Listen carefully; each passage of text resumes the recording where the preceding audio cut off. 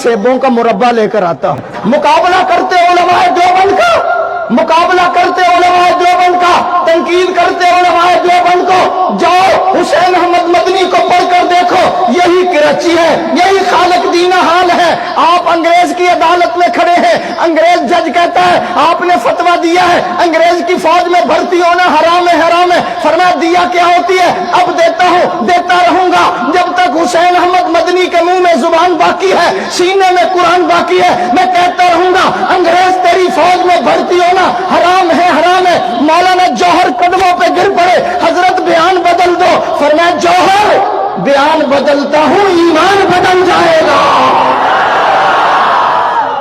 ईमान ठहर जरा ठहर, मैंने स्टेशन पे आने दे, ईमान बदल जाएगा।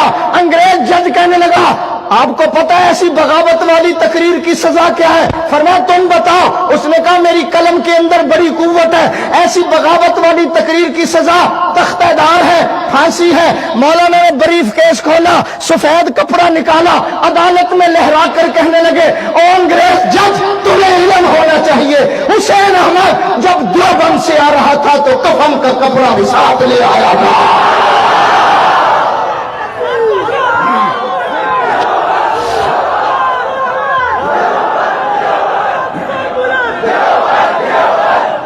मैं इससे भी आगे न चल, हजरत लाहौरी को बर्फ के बलाकों के अंदर लिटा दिया गया। एक बलाक बर्फ का इधर सर्दी का मौसम, दूसरा बलाक इधर, हजरत को दरमियान में रखा अंग्रेज ने।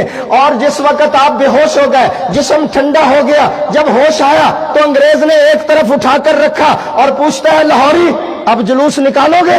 हाय अब तो लिकर दे रहे हल्फिया बयान, कोई बात नहीं, सानू माना गौस पाक दे नाम पे छड़ दे।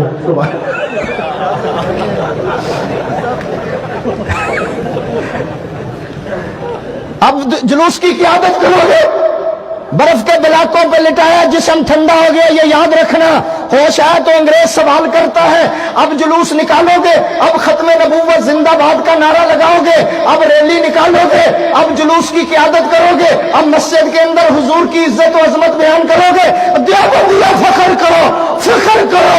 हजरत लाहौरी कहने लगे ओ अंग्रेज मेरी बात भी सुन ले, मेरा जिस्म ठंडा हो चुका है, ईमान पहले से भी ज्यादा गर्म हो चुका है। हजरत मैं क्या क्या सुनाऊं इनको? मैं इंडिया में गया हूं, मैंने